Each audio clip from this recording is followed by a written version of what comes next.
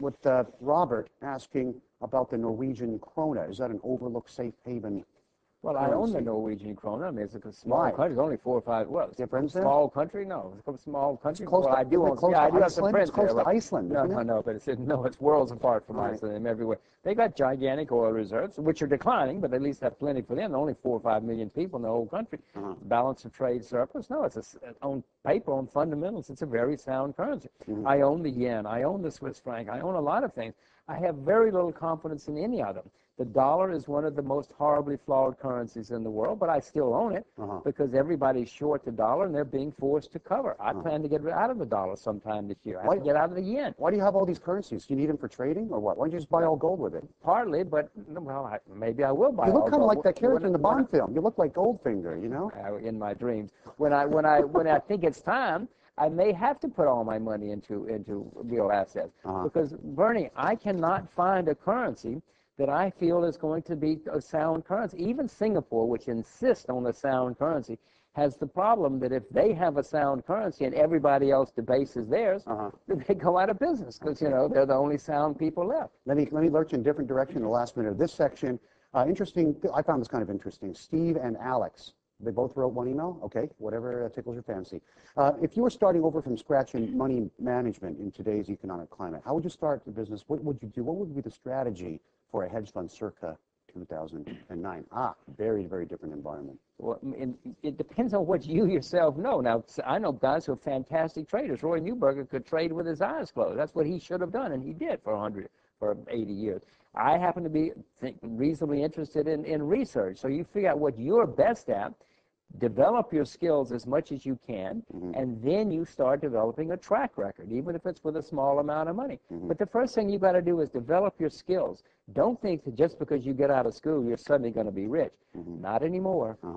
That's unfortunately, that's what the Sloan schools of the world and the Whartons kind of did to people. And there was this assumption, I got my MBA from an Ivy League school. There's a six-figure income there right off the bat, or something like that. Not anymore. No. Welcome to the brave new world. Titan. Jim. That's one reason that I'm not terribly optimistic. Everybody thinks it's going to be okay in the second half.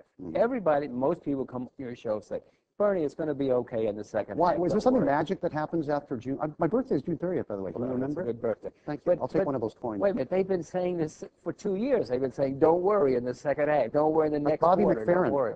They always say Don't worry, that. be happy. If someday when you come here, if everybody says, oh, my God, the world has come to an end, that'll be the time to buy. And why so dreary? Surely there's good stuff out there to latch on to. You've been telling us success stories. You're telling us how to. In the 1930s, there were guys, Roy Newberger, John Templeton, Allen and Company. There were people who made fortunes or laid the groundwork for fortunes in the 30s. So yes, it can happen, and there are going to be people who come out of this okay.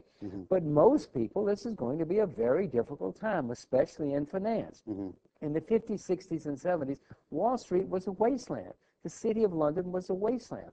That's going to happen again. But there are going to be other people who make a fortune. We're going to go back to the day. Remember when nothing really happened with the stock markets? I mean, money was made, but people collected their dividends, and they had U.S. Steel stock, and they were really happy at getting dividends every 6 months or 3 months or whatever the standard was back then. We were on the gold standard then, too, so you didn't have this crazy kind of a beta, this yo-yo effect in the currency markets. It was like, do you have this much gold? Okay, document it, audit it. Okay, here's what your currency is worth. Do we need to go back to some element of that? Well, the gold standard has had its good periods. I don't think the gold standard, it's never really worked. No. It's worked for a while, but it's never worked for long periods of time. So no, I don't think the gold standard, the world may try it if the next crisis is really serious and there's nothing else to try. If the euro won't work, then there's nothing left to try except the gold standard. Will it work? It might work for a while, but it's not going to solve our problems. We talk about needing to eat and, for caffeine addicts needing some kind of coffee and, basically consumable things. Property is one of those kind of iffy things, isn't it? Because you got to live somewhere. You need some sort of shelter. To what degree do you need it? And to what degree is a market ruled by speculation? Those are all factors you have to weigh up.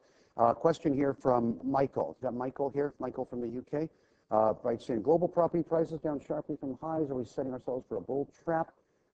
He says he's concerned there are early signs the prices are stabilizing. Low interest rates could drive things up.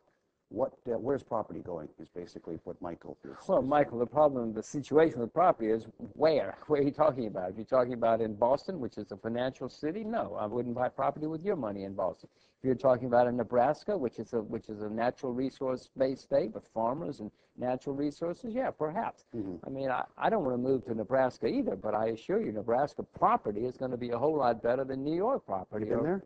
Yes, I've been there. Of course, I've been to all the states. I've been to Lincoln and Omaha.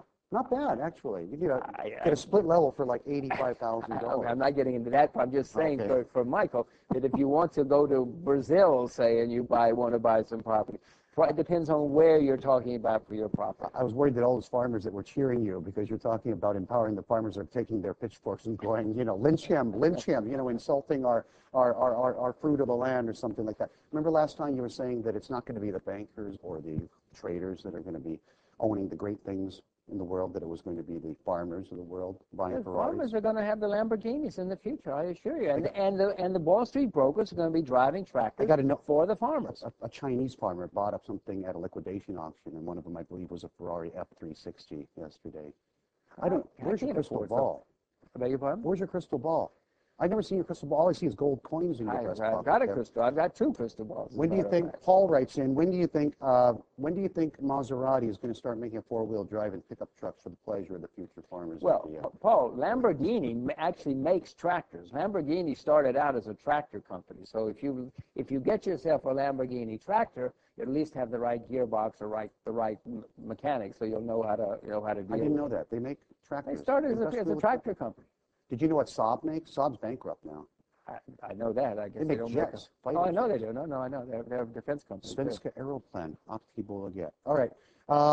One more thing. Ooh, let me pull up this one here because this is very salient too. We grow older, you more gracefully than some of us. Peter writes in, there's another growing sector in the retirement market, countries that can provide the masses with less expensive cost of living.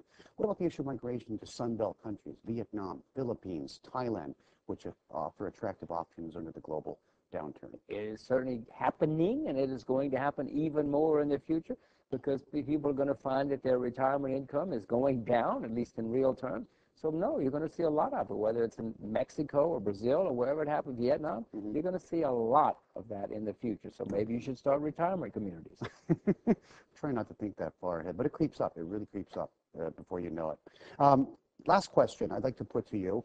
This comes from, it's a very simple one, but it comes from Don, and he says, hi, Mr. Rogers. Congratulations, Don. I have $50,000, I'm presuming this is U.S. dollars, to invest. What do I do with it? There you go. Construct a portfolio in 1 minute. But Don, what I would do is whatever you know a lot about. If you know a lot about farming, invest in agriculture. But if you don't even know the difference in a tractor and a taxi, forget agriculture. You've got to stay with what you know. These are perilous times, Don. You got to figure out what you know a lot about. Invest only in that. Don't listen to me, Bernie maybe, but don't listen to other people. Stay with what you yourself know a lot about. Otherwise, keep it in cash. And then you have the problem of which cash. Which cash? We'll get to that later. Or make sure you have plenty of pockets in your suit and buy the 1 ounce coins. Jim, always a